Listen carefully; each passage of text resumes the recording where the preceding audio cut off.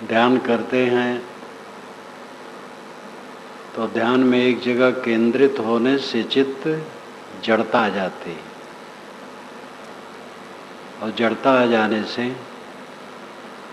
फिर आगे आनंद नहीं आता है।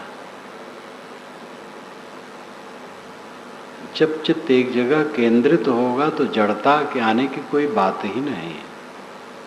वो ध्यान की प्रक्रिया ठीक नहीं, ध्यान का रस नहीं मिला, ध्यान को समझ नहीं सके। कहीं भी जहाँ चित्त एकाग्र होगा कोई शुभ आधार में, उसका फल अच्छा होगा। अब विषय वासना में केंद्रित करे तो नरक है। काम भोग में केंद्रित करे, किसी के रूप में केंद्रित करे, स्वाद में केंद्रित करे, स्पर्श में केंद्रित करे, ये तो नरक है। लेकिन कोई शुद्ध आधार में केंद्रित किया जाए तो उसका अर्थ होता है बाहर की चंचलता छूट जाना। और बाहर की चंचलता छूट जाने से तो परम आनंद आता है। इसलिए प्रश्नकर्ता अगर इससे ज़्यादा परेशान है तो व्यक्तिगत वो मुझसे मिल करके बात कर ले, क्योंकि ये ऐसा प्रश्न है कि एकाग्रता आती है फिर जड़ता आ जाती है। जड़ता का मतलब है कुछ न सूझना, और जो कर्तव्य कर्म है वो न कर पाना। ध्यान का फल होता है एकाग्रता, प्रसन्नता और हर अच्छे काम को ठीक से समझ लेना और गलत को छोड़ देना। शुद्ध मन का लक्षण है गलत बातों को भूल जाना और अच्छी बातें अधिकतर याद रहना। ये अच्छे मन का लक्षण है। ध्यान से चित्त शुद्ध होता है। मनुष्य का मन निरंतर विषयों में बहता है। विषय का मतलब पदार्थ। शरीर सोचा, मकान सोचा, परिवार सोचा, शत्रु सोचा, मित्र सोचा, गलियां, बाग, नदी, समुद्र, तट, जंगल, पर्वत, बादल, बर्फ, रेगिस्तान, राग द्वेष, लड़ाई झगड़ा, हान लाभ, सुख दुख, संयोग वियोग, ये जितना प्रपंच है ये सब का अर्थ है विषय। विषय नाम पदार्थ। पदार्थों में मनुष्य का मन घूमता रहता है और उसमें विकार प्राप्त होता रहता है। कहीं राग कहीं द्वेष, काम वासना, द्वेष, ईर्ष्या, मनोविकार पैदा होते रहते हैं।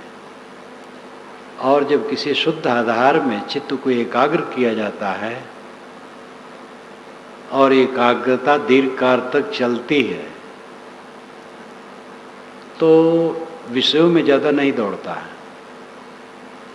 कहीं भी शुद्ध आधार में केंद्रित हो जाया करता है और अच्छे विचारों को लेता है, बुरे विचारों को नहीं लेता है। जागरूकता आ जाती है, उसके चित्त में प्रसन्नता होती है। गलत विचारों से चित्त बोझिल होता है, बोझिल होने से दुख होता है। अच्छे विचारों से चित्त हल्का होता है और प्रसन्न होता है। इसलिए सब निर्णय वहाँ सही होता है, गलत निर्णय नहीं होता है। और जब बोझिल चित्त होता है तो राग या द्वेष में उलझा रहता है तो निर्णय गलत हो जाता है। अच्छे अच्छे बुद्धिमान से गलत हो जाता है, क्योंकि जब क्षुब्ध रहेगा चित्त तो फिर वो समझ नहीं पाएगा क्या करना चाहिए। इसलिए ध्यान तो बहुत जरूरी है और ध्यान से जड़ता नहीं आती है। प्रश्न भेजने वाले से मेरा यही कहना है कि इसमें अगर ऐसी बात ज़्यादा है तो हमसे व्यक्तिगत बात करें। इस पर मैं ज़्यादा यहाँ न कहूँगा, और जो कुछ कहूँगा सबके लायक होगा, लेकिन उनके लिए कुछ अलग से बात करनी चाहिए, क्योंकि प्रश्न गंभीर जैसा लगता है। ध्यान करने से जड़ता आती है, एकाग्रता जड़ता नहीं है। और जड़ता एकाग्रता नहीं। जड़ता का अर्थ है मूढ़ता, किंकर्तव्य विमूढ़ हो जाना, सोच न पाना, क्या अच्छा है, क्या बुरा है, क्या ग्राह्य है, क्या त्याज्य है, और जीवन में अच्छा काम न कर पाना, गलत की तरफ बह जाना। वैसे जड़ता में तो कुछ भी न करने प्रवृत्त होती है, लेकिन आदमी कुछ किए बिना तो रह नहीं पाएगा, तो गलत की तरफ जाएगा। ध्यान से चित्त शुद्ध होता है, शुद्ध चित्त संयत होता है और उसका प्रभाव सदैव अच्छा होता है। व्यवहार में, परमार्थ में चित्त उलझा है तो घर में गए, तनिक बातों को लेकर लड़ गए, पत्नी से लड़ गए, बच्चे से लड़ गए, माता पिता से लड़ गए, और जिसका चित्त सुलझा है वो कहीं नहीं लड़ता है। कोई लड़ता है तो सह लेता है, सह करके उत्तर देना होता तो मीठा उत्तर देता है, या नहीं देता है, शांत रहता है, कहीं नहीं उलझता है। शुद्ध चित्त का अर्थ ही है कहीं न उलझना, और ये जड़ता नहीं। कूकस कूटता संसार, ये श्री निर्मल साहब का सूत्र है। एक भजन है उनका, उसकी पहली पंक्ति है, टेक, कूकस कूटता संसार। कूकस नाम भूसी, भूसी दिन भर कूटो चाहे जीवन भर कूटो, चावल की एक कणिका भी उसमें नहीं मिलेगी। धान कूटने से चावल मिलेगा, भूसी कूटने से नहीं। भूसी कूटो कुछ नहीं फल, कूकस कूटता संसार। इतना मात्र कह देना बहुत अर्थ गर्भित है इसमें। कूकस कूटता संसार, संसार का मतलब संसार के लोग, और मनुष्य को लोग कहा जाता है, बैल को घोड़ा को लोग नहीं कहा जाता है। संसार के लोग कूकस कूटते हैं, भूसी कूटते हैं। जीवन भर का कर्म फल क्या रहता है? विषाद, वेदना, पीड़ा, द्वेष, राग, मोह, ममता, तृष्णा, उद्वेग, अशांत, कलह, चित्त का अनियंत्रित बहते रहना, भटकाव भटकाव भटकाव। जीवन भर की कमाई का फल बिगड़ैल मन। खूब पढ़े लिखे अफसर हुए, बड़े अफसर हुए, छोटे अफसर हुए, सेठ हुए, धनी हुए, नेता हुए, महंत और गुरु भी हो जाए चाहे कोई हर्ज नहीं। महंत गुरु भी कितने ऐसे व्यवहारिक हैं खाली। दुनिया में लौकिक उन्नति में बहुत आगे बढ़ गए, लेकिन वो सब का फल क्या उनके जीवन में है? उद्वेग, अशांत, चैन से नहीं। क्या मतलब हुआ? जीवन का फल क्या? इस पर हमें चिंतन करना चाहिए।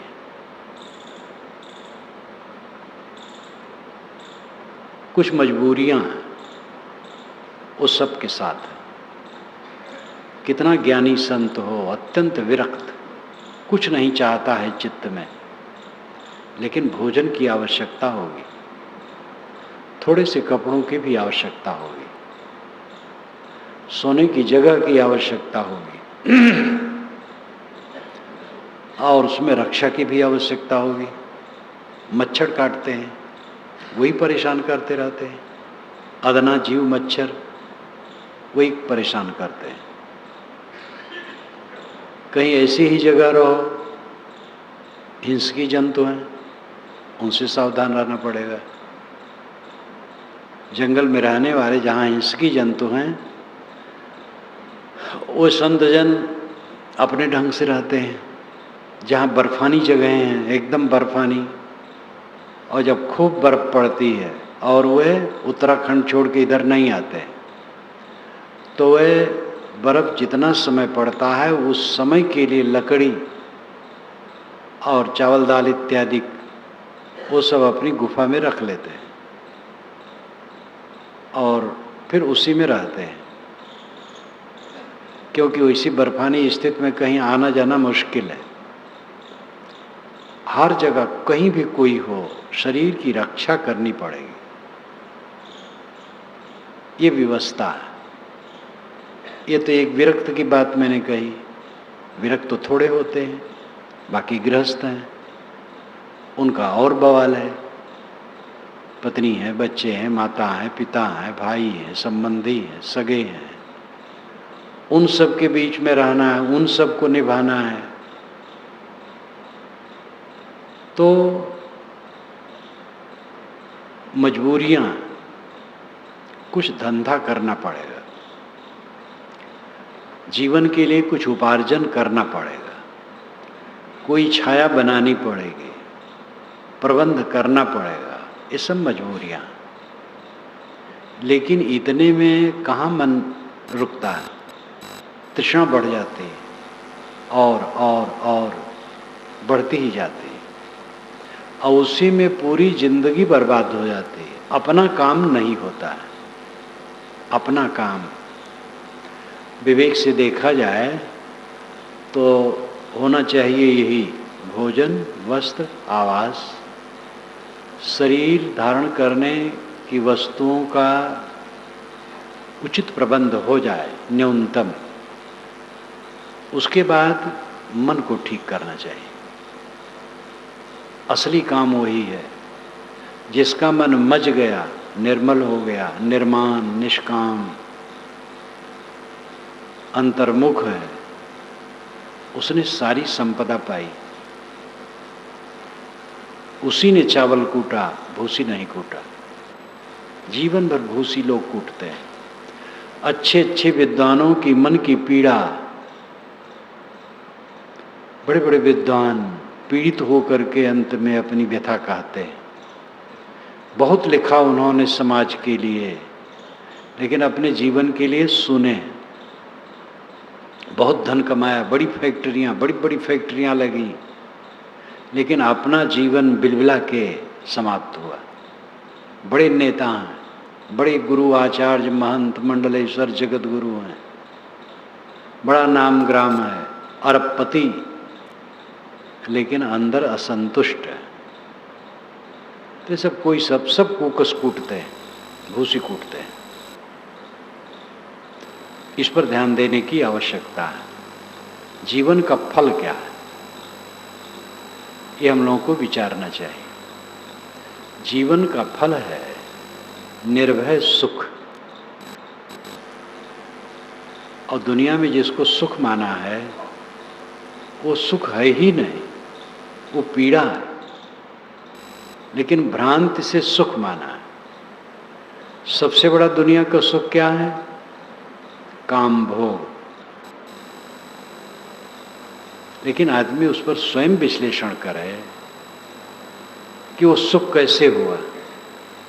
एक आदमी बैठा है और चित्त निष्काम है, उसके मन में काम वासना उदय नहीं है, प्रसन्न है, आनंदित है। काम वासना आ गई, उसको दूर नहीं किया, खलबला गया। जब खलबला गया तो दुख तो शुरू हो गया, सुख कहाँ होगा। अब पुरुष है तो स्त्री चाहिए, स्त्री है तो पुरुष चाहिए, न मिले तो परेशानी, और मिल गए तो क्या हुआ? थोड़े में छीड़, मलिन, पश्चाताप, वासना बढ़ी, तृष्णा बढ़ी। सुख हुआ कहाँ? कब सुख हुआ? उत्तेजना, उसी को सुख कहते हैं। भयंकर भूल। सबसे बड़ा सुख दुनिया का काम भोग, जिसमें चंचलता, पछतावा, पीड़ा, वासना की वृद्धि, तृष्णा, भवव्याधि की वृद्धि के सिवा कुछ नहीं। स्वाद का भोग, स्वाद में पड़ करके स्वाद कब तक रहेगा? 10-5 मिनट स्वाद लेकर के खा लो, स्वाद खत्म। और उसी के चक्कर में ज़्यादा खा लिए तो परेशानी, स्वाद तो अंत में खत्म हो जाता है। कब तक स्वाद रहेगा? कोई विषय दुनिया का है, पद प्रतिष्ठा है, क्या धरा है उसमें? सत्ता का मोह, सत्ता एक दिखावा है। सत्ता यानी अधिकार। सत्ता एक दिखावा है और सत्ता के पीछे पीड़ा के सिवा कुछ नहीं। एक प्रसिद्ध महंत जिनको आचार्य भी कहा जाता था, मरने के पूर्व अपने अंतरंग साथी से कहे कि ये गद्दी गद्दी नहीं है, कांटा है, कांटा। क्योंकि जरा ठीक ठाक नहीं रहे। आचरण तो ठीक था, लेकिन अहंकार के कारण उलझे रहे। तो मोटा आचरण तो ठीक था, लेकिन जो बिल्कुल काम करना चाहिए वो नहीं था, निर्माण होकर के साधना करना। तो अंत में उनको कांटा लगा। सत्ता का उन्होंने दुरुपयोग किया और सत्ता का सदुपयोग सहज भी नहीं है। सत्ता मिलती है तो नशा चढ़ जाता है, संबंध में ही नशा चढ़ता है। सारा अपराध संबंध में होता है, भूल जाता है मन। अब आदमी अव्यवस्थित हो जाता है। जो गृहस्थ या विरक्त पतित होते हैं उसका कारण क्या है? संग दोष। साधु हैं, उनके मन में कोई ऐसी वासना नहीं है कि मैं पतित हो जाऊं, लेकिन बराबर स्त्री का संग पड़ता गया और उधर से वो ढील है। अरे महाराज भी ढील है, पतित हो जाएंगे। ऐसे गृहस्थ स्त्री या पुरुष, पर स्त्री पर पुरुष में जहाँ पतित होते हैं उसमें भी कारण संग दोष होता है। सभी स्त्री पुरुष पहले से कमर कस करके दुराचार करने वाले नहीं होते हैं, कोई कोई ऐसा होता है, बाकी सब सहज होते हैं। संग दोष में भूल जाते हैं, ज्ञान फिर काम नहीं करता है। संग दोष से अलग रहे बिना ज्ञान काम नहीं करेगा। सत्ता का संग दोष भुला देता है इंसान को। बिरले बिरले हैं जो बचा के रखते हैं। सामान्य नहीं, राज सत्ता तक पर रहने वाले ऐसे हैं कि जो अपने को बचा करके रखे। आज भी अपेक्षा है, नेताओं में है, सब जगह। निर्बीज समाज नहीं है, संसार नहीं है अच्छे लोगों से। अच्छे लोग पहले थे, आज हैं, आगे रहेंगे, और सभी क्षेत्रों में अच्छे लोग हैं। जो ये कहा जाता आजकल सब जगह भ्रष्टता है, वो अतिशयोक्ति है और उसका एक अर्थ है, सार्वभौमिक अर्थ, सार्वजनिक अर्थ नहीं है। आज भी हर क्षेत्र में अच्छे लोग हैं, त्याग वाले हैं, संयम वाले हैं, सत्ता के लोभ से मुक्त लोग हैं। तो सत्ता में पढ़ करके, उसके संग दोष में पढ़ करके विकृति आ जाती है। अपने को संभालना जरूरी है। शरीर सबसे बड़ी सत्ता है, इसमें हम जुड़े हैं और इस शरीर के साथ में भयंकर संग दोष चारों तरफ है। सावधानी न बरतें, कहीं भी भटकेंगे। तो मैंने कहा था कि कुछ मजबूरियां हैं और वो सबको करना है। पेट धंधा, पेट का काम, शरीर की रक्षा जरूरी है। और बहिर्मुख लोग होंगे, संसार बहिर्मुखता का घर है ही है, वो भी काम होगा। राजनीति की भी अपनी जगह जरूरत है, नेता होने की जरूरत है। कुछ लोग नेता हैं, उसके लिए तो मारामारी है ही है। धन संपन्न लोग पहले थे, आजकल कल कारखाना का युग है, बड़ी बड़ी फैक्ट्रियां हैं, उसमें मंसूबेदार हैं, काम करने वाले होना चाहिए। ठीक है, करते हैं, अच्छा करते हैं। उनमें भी जिनकी तृष्णा कम होगी वो अपेक्षा सुखी होंगे, और जो बहुत तृष्णा वाले होंगे वो दुखी होंगे। बात तो है कल्याणार्थी के लिए। कल्याण का मार्ग और संसार का मार्ग दोनों 36 की तरह, 63 नहीं है। एक का रास्ता पूर्व है, एक का रास्ता पश्चिम है। जो कल्याण चाहे उसके लिए बात यहाँ कही जाती है। कि वह अपने को संयमित करे। इस चीज को समझने वाले बहुत कम हैं, और जो कम समझने वाले हैं, दूसरे क्षेत्र के हैं, उनके लिए भी इसमें उपदेश है कि भाई वही भी तृष्णा कम रख। मान लो 4 फैक्ट्रियां लग गई हैं, 5वें के लिए योजना है, तो उसमें भी विवेक रखें, शक्ति, समय, योग्यता ठीक है तो उसका संकल्प करें, नहीं तो दिमाग खराब होगा।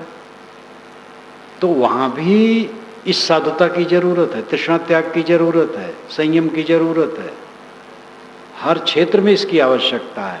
लेकिन जो विशेष कल्याण के अधिकारी हैं, शुरू से ही जो समझ रहे हैं इसको, अथवा मानो कि गृहस्थी में रहते रहते दुनिया का काम सब कर चुके हैं,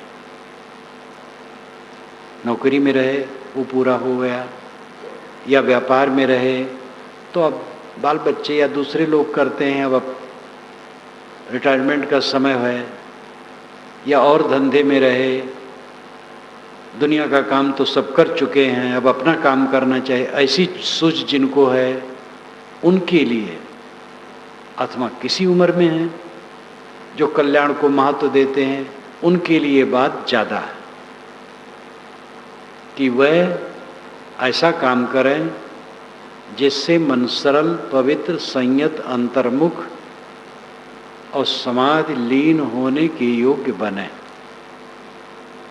कूकस कूटने से नहीं होगा, भूसी कूटने से नहीं होगा। दुनिया के भोगों का मंसूबा उसी की तरफ उठाओ पटक, और ये दुनिया का कूड़ा कचड़ा ही धन समझे रहना कि जितना जमा हो जाए हम धनी हैं, ऐसा आदमी इसमें प्रवेश नहीं कर पाएगा।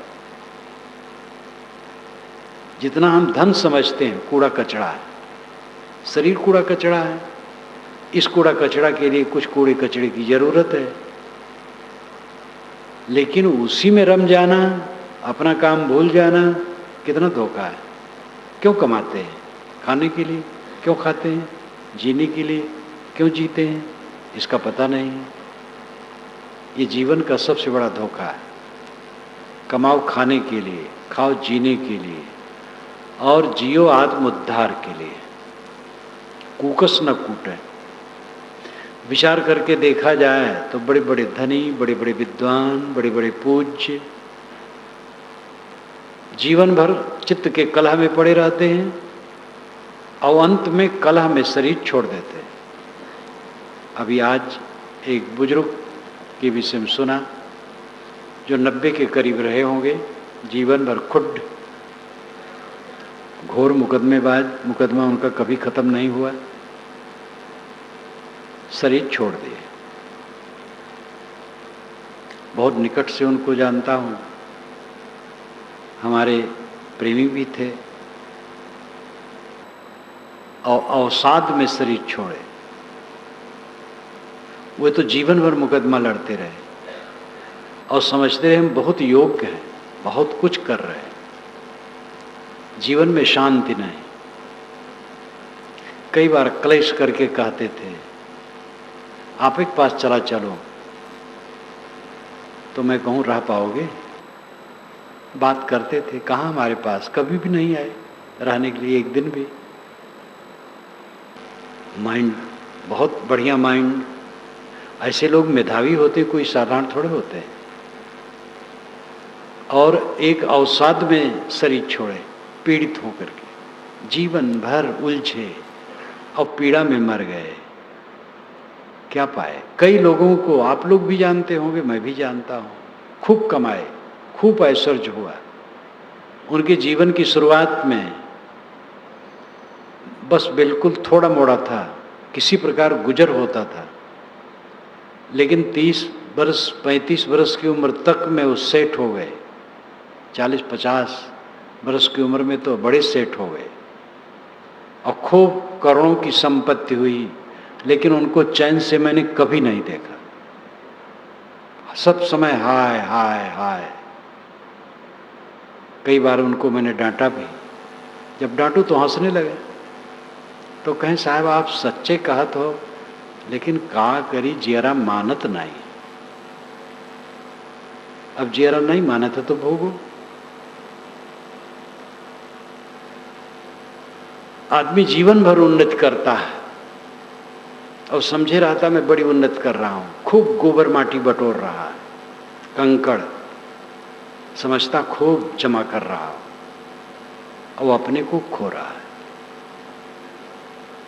दुनिया का काम करना है, धन दौलत की जरूरत है, उपार्जन, संग्रह, रक्षा, व्यय, ये सब की व्यवहारिकता है। ये सब किसके लिए है? बस यही करने के लिए, कमाओ खाओ और टट्टी पेशाब का कारखाना चलाओ। शरीर क्या है? टट्टी पेशाब बनाने कारखाना। जीवन भर टट्टी पेशाब बनाने कारखाना चलाते रहे, खूब काम करते रहे और टट्टी पेशाब बनाते रहे और उधर मनोविकार बनाते रहे। चित्त हरदम अशांत रहा, पीड़ित रहा और झां करके मर गए। क्या हुआ? क्या मतलब हुआ? कौन सी उन्नति हुई? बड़ा मकान बन गया तो मकान बनने से क्या होगा? छोटे मकान होता, मन शांत होता तो क्या बुरा था? बड़ा मकान हो, मन शांत हो, बड़ा मकान बुरा नहीं है।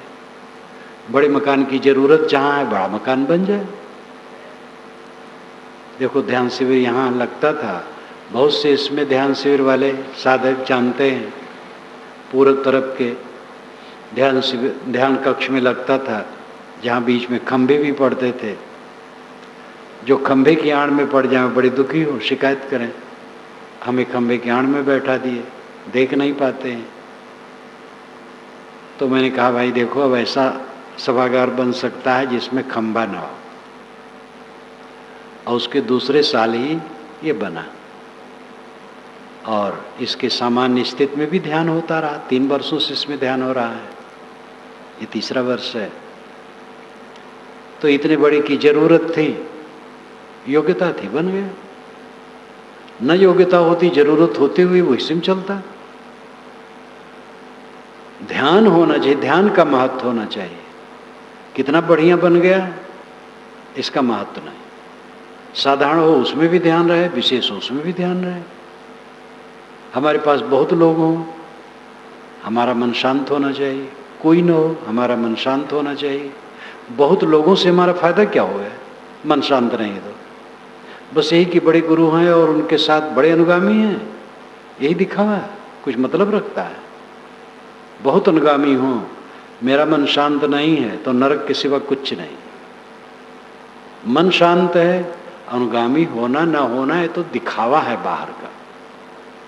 लोग हैं, अपना हित समझते हैं, आसपास बैठे हैं, रहते हैं।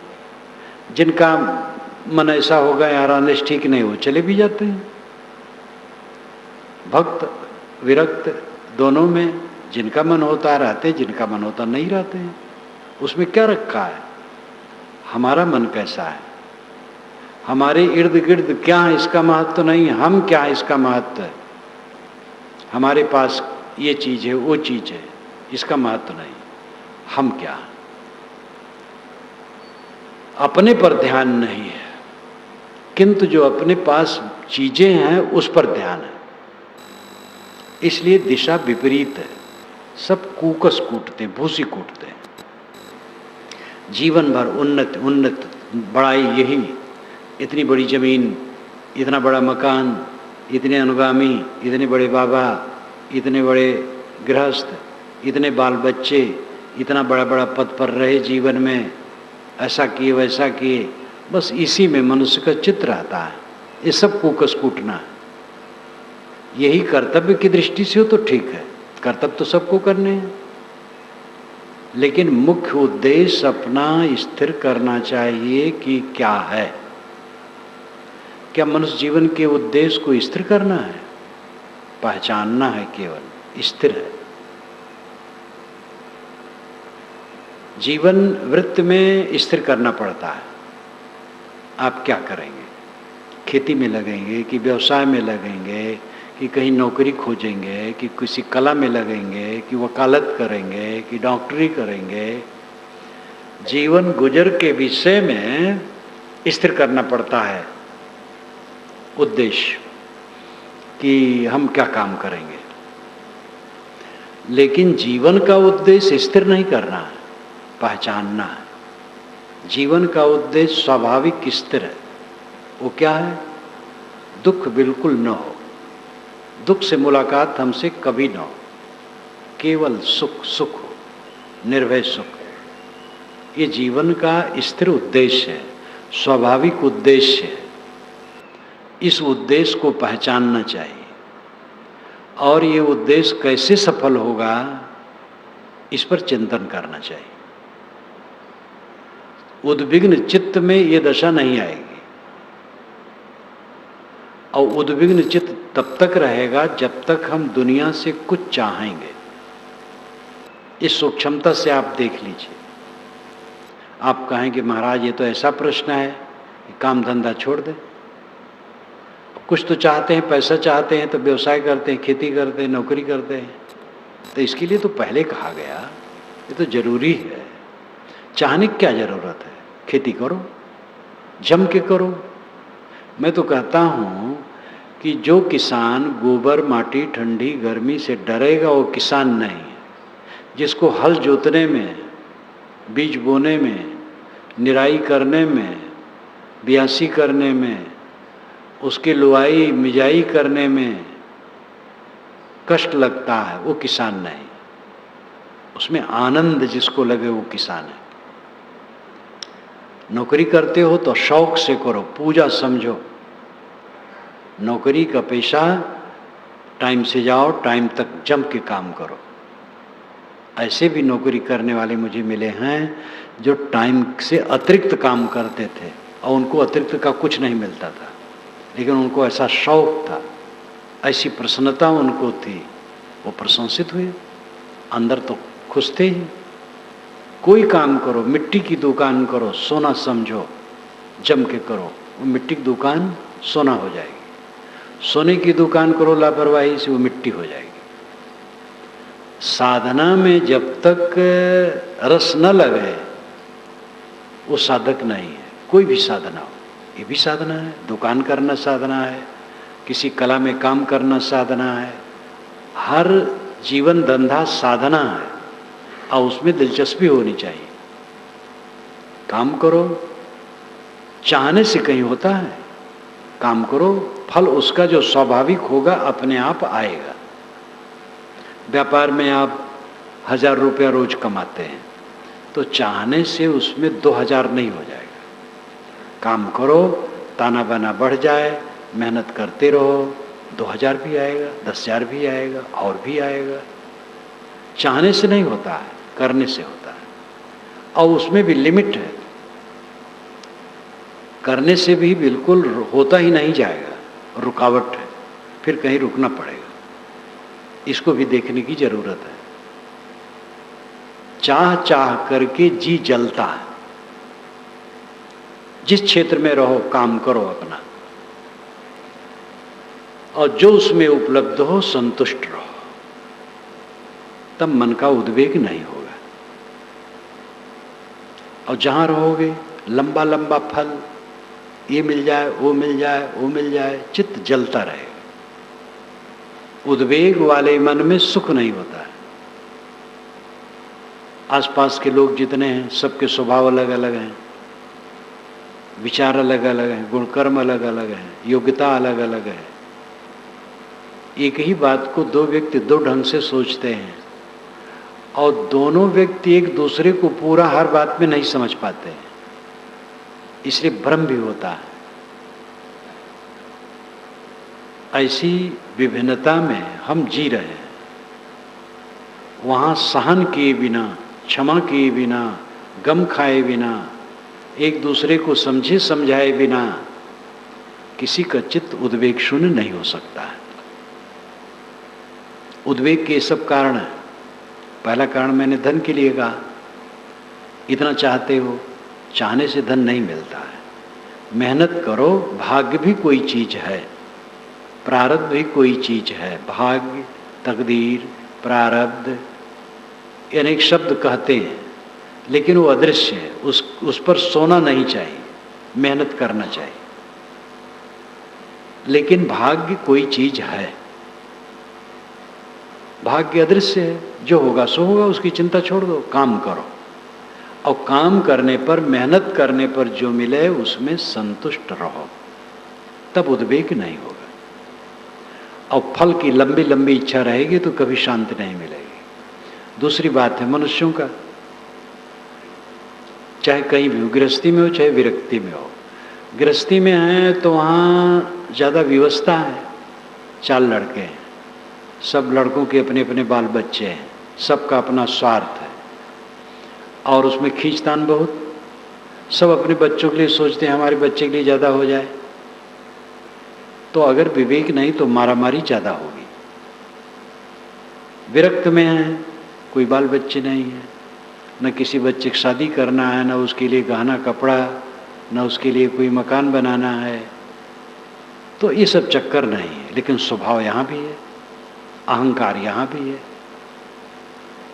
और अपने छोटे छोटे संस्कार इच्छाएं यहाँ भी हैं। अगर उनको कोई न देखेगा, अहंकार न मारेगा, यहाँ भी लड़ेगा, गृहस्थी में भी लड़ेगा और साधु होकर के भी लड़ेगा।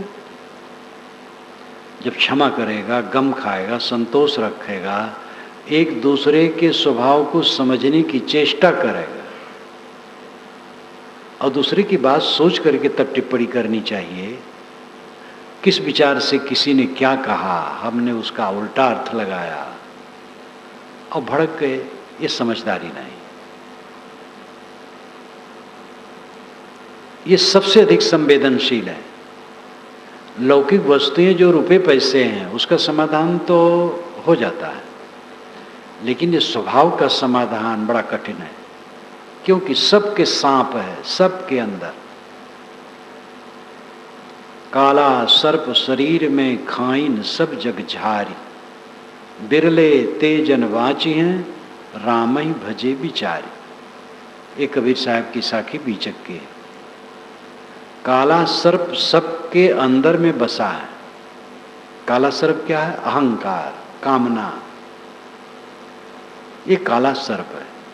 अहंकार कह देने से कामना अलग नहीं है, अहंकार में ही कामना है। अहंकार महाशत्रु है।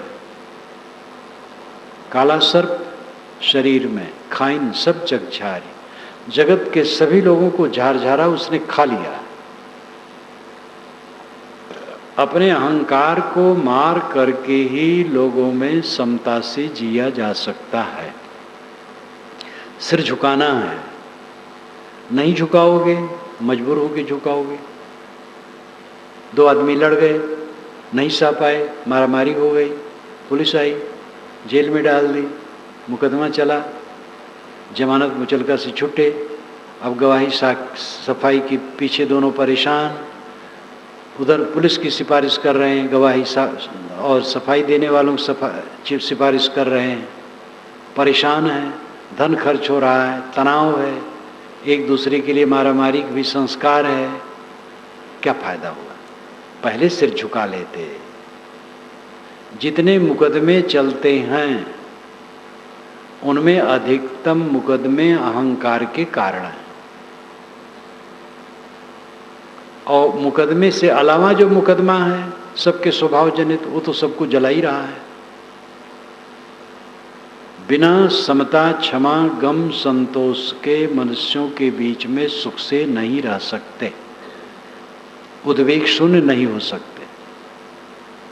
एक बात में सब बात है, अहंकार छोड़े बिना कोई उद्वेगहीन नहीं हो सकता है। ज्ञानी चाहे जितना हो, बहुत बड़ा ज्ञानी हो, लेकिन वो जड़ता ऐसी आ जाएगी तामस की कि समझ नहीं पाएगा और भटक जाएगा। ज्ञान काम नहीं करता है। थोड़ा ज्ञान हो, उपयोग हो, वो बहुत काम करता है। बहुत ज्ञान हो, उपयोग न हो तो क्या करेगा? ये तो दिमाग खजाना है। कुछ प्रतिभाशाली लोग होते हैं जो देखते हैं, सुनते हैं, पढ़ते हैं, गुनते हैं, वो ग्राह्य हो जाता है और उनमें वाक शक्ति है, वो विवरण से उसको कह सकते हैं। प्रतिभा का लक्षण यही सब है। तत्वग्रहणी शक्ति, तत्वधारणा शक्ति, कल्पना शक्ति, अभिव्यक्ति शक्ति, ये चार शक्तियां मिल करके प्रतिभा कहलाती है। कभी कभी मैं याद होता तो कह देता हूँ, ध्यान दीजिएगा। तत्वग्रहणी शक्ति,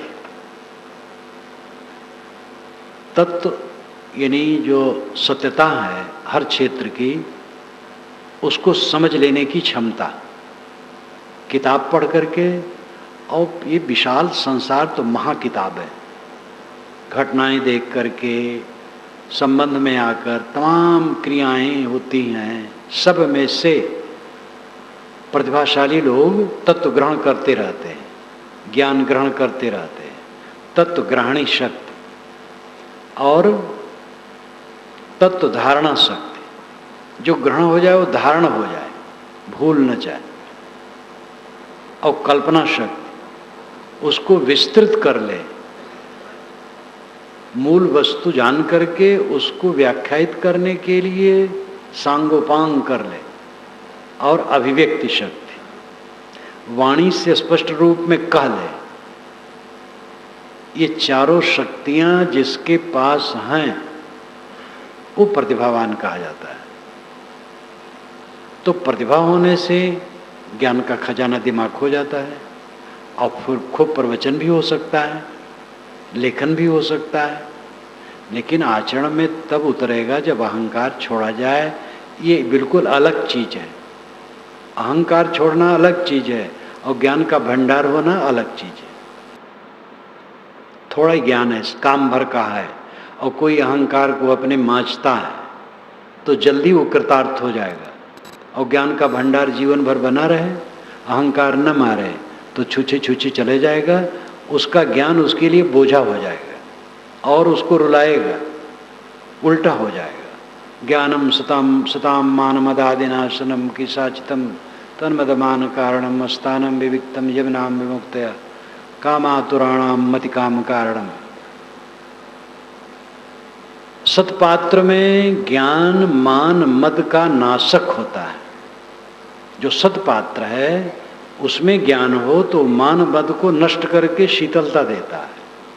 असतपात्र में मान मद का कारण होता है। ज्ञानी हो गया तो महाअहंकारी हो गया। एकांत स्थल में विरक्त मन वाला जाता है तो शांति से भर जाता है, और एकांत स्थल में कामी जाता है तो कामातुर हो जाता है। वस्तु वही है। इसलिए अहंकार का विसर्जन किए बिना कोई मन के उद्वेग से बच नहीं सकता। पत्नी, बच्चे, माता पिता, गुरु शिष्य, गुरु भाई भाई, पड़ोसी, ससुर, दामाद, समधी लमधी, चाहे जितने संपर्क हों, बाजार जाते हैं कोई सौदा खरीदने के लिए, उसमें अहंकारी बात करेंगे वही उलझ जाएंगे। दुकानदार बहुत नम्र होता है, लेकिन अब स्वभाव दुकानदार भी अहंकार की बात कर देते हैं तो अपने ग्राहक को बिगाड़ देते हैं। तो अहंकार के त्यागे बिना नम्रता नहीं आएगी और मन का उद्वेग शांत नहीं होगा। उद्वेग शांत न होने से निर्भय सुख जो हम चाहते वो नहीं होगा। अपने स्वभाव को जीतना, अहंकारी वचन कह देंगे तो जो सुनेगा उसको तो कष्ट होगा ही, हमें भी पश्चाताप होगा, लोगों में वातावरण खराब होगा, हमारे लिए लोगों की धारणा खराब होगी। धारणा खराब होगी तो उसका प्रभाव हमारे ऊपर भी पड़ेगा, हमारे में हीन भावना आएगी, और ये प्रक्रिया चलते चलते कुंठा चित्त में। इसलिए स्वयं अहंकार भी आ जाए तो वाणी को रोके और वाणी पर संयम करें। किसी के लिए कटु न कहे, कोई कटु नहीं चाहता है, कटु न कहे। घूंघट के पट खोल रे तो को पीऊ मिलेंगे, घट घट में वही साईं बसत है, कटुक वचन मत बोल रे। कबीर साहब ने परमात्मा को घट घट में बारंबार क्यों बताया? तथ्य यही है और व्यवहारिक यही है। ये जो शरीर में चेतन बोल रहा है, इसके अतिरिक्त कहीं परमात्मा से मुलाकात आज तक किसी को नहीं हुई है। वेदों में, उपनिषदों में, शास्त्रों में भी ऐसी ही बातें हैं। ये तो पुराणों और महाकाव्यों में ज़्यादा लिखा गया है कि कोई तप कर रहा था तो परमात्मा विमान पर बैठ करके आ गया और उसको बैठा लिया, ले गया वैकुंठ धाम में। ये सस्ते सस्ते नुस्खे, बाल खिलौना, ये पुराणों और महाकाव्यों की देन है। वेदों में, शास्त्रों में, उपनिषदों में ऐसा नहीं है। परमात्मा ये आत्माओं के अलावा कहीं मिलने वाला नहीं है। चारों तरफ देखो कितने परमात्मा बैठे। गुण में परमात्मा एक है, व्यक्तित्व में अनेक है, अलग अलग हैं सब, लेकिन गुण सबका एक है। क्वांटिटी, क्वालिटी, क्वालिटी में एक, क्वांटिटी में अलग अलग। ये परमात्मा है सब, इसलिए कटवचन न बोलो। कटवचन बोलोगे अपना मन फिर उद्वेगित होगा। सुनने वाला चाहे क्षमा कर दे, लेकिन आपकी अंतरात्मा आपको क्षमा नहीं करेगी, अशांत रहोगे।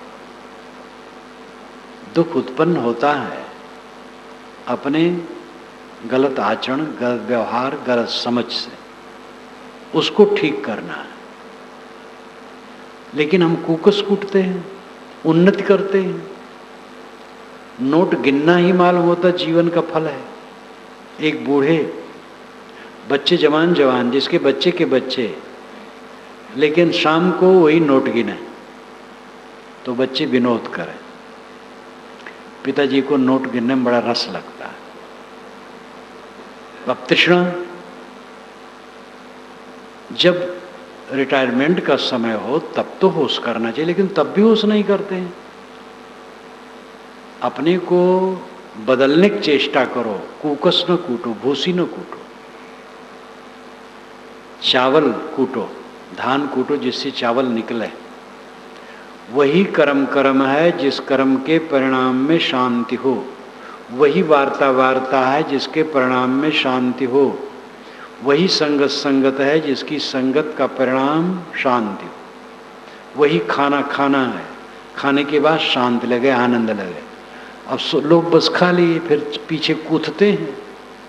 बैठना तो मुश्किल है, लेटे भी नहीं रहा जाता है, तो क्या खाने का मतलब हुआ? कहीं मिले किसी से और कलह कर लिए तो क्या मतलब हुआ? ये जीवन का मतलब क्या हुआ? चित्त जल रहा है, सोना चांदी है लेकिन चित्त जल रहा है। बहुत सोना चांदी वालों को मैं जानता हूँ, घर भर मानसिक रोग से बीमार। एक बार एक पत्र आया था, अकबरपुर जिला अब बन गया है वो, उसी तरफ का, तब तो फैजाबाद में ही था, एक कस्बा से। मैं इलाहाबाद में उस समय रहने लगा था, यहीं आया था। नौजवान था और लड़का, लिखा था, महाराज हम कई भाई हैं, हमारे पास कोई कमी नहीं, खूब धन है, लेकिन शांति किसी को नहीं, और हम सब भाई कलह में पड़े हैं, एक दूसरे को देखना नहीं चाहते हैं। तो मैंने उनको उत्तर लिखा, तुम्हारे पास कुछ नहीं। तो आदमी जिंदगी भर कुकस कूटता है, भूसी कूटता है, लेकिन वो समझता है कि मैं धन दौलत बटोर रहा हूँ, कीर्ति और सत्ता पा रहा हूँ, प्रभुता पा रहा हूँ, ऐश्वर्य पा रहा हूँ, मैंने ये किया, मैंने वो किया, मैंने वो किया, कितनी बड़ाई कर रहा है। और उसे लौट के पूछे शांति है तो बगले झाँकने लगता है। एक वृद्ध वरिष्ठ महंत संपन्न मुझे जब बुलाए, कार्यक्रम हुआ, बड़ा कार्यक्रम हुआ, चलते समय वह अपने कमरे में बुलाए, तो व्यक्तिगत भी पूजा किए और बैठे, फिर कहने लगे, साहब मैंने ये किया, वो किया, मुकदमा लड़ लड़ करके ज़मीन को छुड़ाया, मेरी ज़मीन बहुत दब गई थी आश्रम की, और ये सब किया। अच्छे आदमी थे, बुरे नहीं थे, लेकिन अब और साधना में आगे नहीं बढ़ सके थे। तब मैंने कहा, साहब शांति है मन में? तो कहे वो कहाँ है? तब ये नहीं कहा मैंने, फिर आपने क्या किया? वो बुजुर्ग थे, और कहना कोई मतलब भी नहीं होता है। कोई भी हो, साधु मार्ग में आ जाने से आदमी सदाचारी है। व्यर्थ के दोष उसमें नहीं आते हैं, झूठ बोलना नहीं है, संयम से है, सब कुछ ठीक ठाक है। लेकिन अगर वो आत्मशोधन नहीं करता है, अपने अहंकार को नहीं त्यागता है, अपनी मंजिल को नहीं समझता है, हमारी मंजिल है निर्भय शांत, निरंतर निर्भय शांत, उठते बैठते चलते फिरते लेटे निर्भय शांत, भय नहीं, चिंता नहीं, पीड़ा नहीं, मनोद्वेग नहीं, क्लांति नहीं। ये हमारा लक्ष्य है। ये लक्ष्य भूल गया, सहज है, धर्म कर्म करते हैं, अच्छा है, कोई विशेष परेशानी नहीं है और सब अच्छा चल रहा है, बस एकदम सुस्त हो गए तो मंजिल में नहीं पहुंचेंगे। जीवन का फल है गहरी शांत, निर्भय शांत। जीवन और मरण दोनों बराबर लगे। मरने से, इस शरीर को मरने से कोई बचा नहीं सकता है। और बचा करके क्या करेगा? बचा सकता भी नहीं हो, बचा करके करेगा क्या? ये तो सड़ेगा, सड़ने है इसको। अभी मरने का समय आ जाए तो कैसे लगेगा? ये अपने आप से कितने लोग पूछते हैं। गृहस्थ तो छोड़ो, साधु अगर ऐसा नहीं पूछते हैं तो साधु हो करके भी कितने धोखे में है। अभी शरीर छूटने का अवसर आए तो कैसे लगेगा?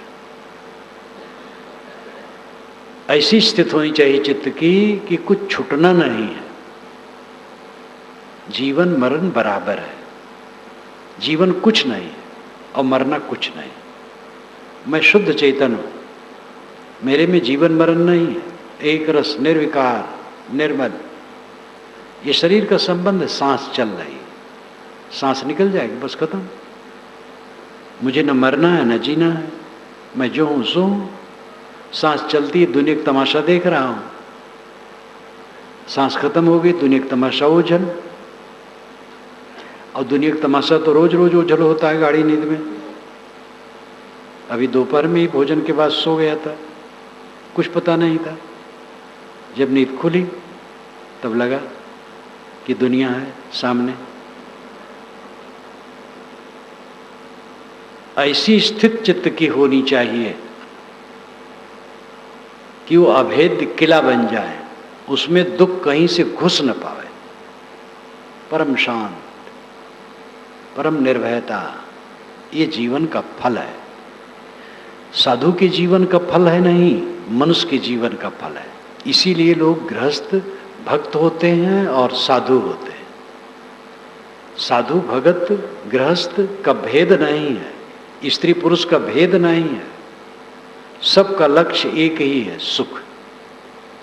लेकिन भ्रम है, सुख काम भोग में है, सुख स्वाद में है, सुख सत्ता में है, सुख मान बढ़ाई में है, मलिकई में है।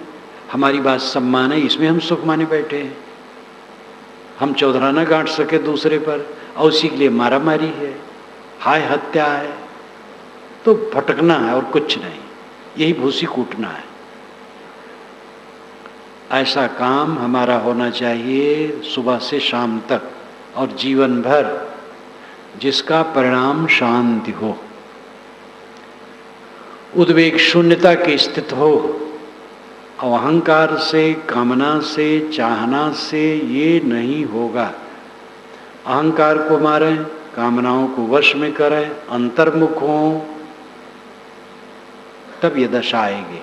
उसी के लिए ये ध्यान है, जिसमें काखा गस ले करके ऊंचे तक है। पहले अपने मन को कहीं ठहराओ, किसी साधना में ठहराओ, फिर साक्षी भाव में आओ। और ऐसी दशा आ जाए, उठत बैठत कबहु न छूटे ऐसी तारी लागी। तारी का मतलब ध्यान, सब समय साक्षी भाव, मन पर निरंतर ध्यान। मन कहीं गड़बड़ न सोचे, मन कहीं विकार में न जाए। मन बहुत दगाबाज है। दगाबाज क्या कोई स्वतंत्र जीव थोड़े है, वो आदत है उसकी, बह गया। इतना सशक्त हो जाओ कि गलत चिंतन हो ही ना। ये साधना का फल है। ये सब काम करना धान कूटना है, जिसमें चावल मिलता है। बाकी सब भूसी कूटना है। और जो मजबूरियां हैं मैंने पहले कही, खाना पीना आवास वस्त्र सब ये मजबूरियां हैं, सबको करना है। साधु हो गृहस्थ हो सबके साथ व्यवहार है, व्यवहार का काम व्यवहार की तरह करना पड़ेगा। लेकिन लोग व्यवहार तक रह जाते हैं। गृहस्थ तो गृहस्थ, साधु कितने हैं जिनके मठों पर न कोई ज्ञान चर्चा है, न ध्यान चिंतन है, न अध्ययन मनन है। सुबह से शाम तक केवल बनाना खाना काम धंधा करना, और कहीं कहीं है तो किसी की वो आरती वारती कर ली, कहीं मूर्ति है या कब्र है या और कुछ है, और कहीं तो ये भी नहीं। और साधु हैं और गृहस्थ तो गृहस्थ ये है। तो बात गृहस्थ विरक्त की नहीं है, सबकी पूरे जीवन की प्रक्रिया हमारी ऐसी होनी चाहिए जिसका परिणाम शांति सुख हो, निर्भय सुख हो। तब जानो हम जीवन में कुछ कर रहे हैं जो करने योग्य है। अब अगर शांति नहीं मिल रही है, उल्टा हो रहा है, चित्त कलह में पीड़ित है, उद्वेग में पीड़ित है, विकारों में पूरी पीड़ित है, तो ये सब भूसी कूटना है। कूकस कूटता संसार, पूरा संसार कूकस कूट रहा है, भूसी कूट रहा है। अपने को हम देखें, भूसी तो नहीं कूट रहे हैं। इतना दिन बीत गया, कितनी आध्यात्मिक उन्नति किए। ध्यान दें, मनन करें, कूकस कूटना छोड़ें, भूसी कूटना छोड़ें, सार तत्व में आएं।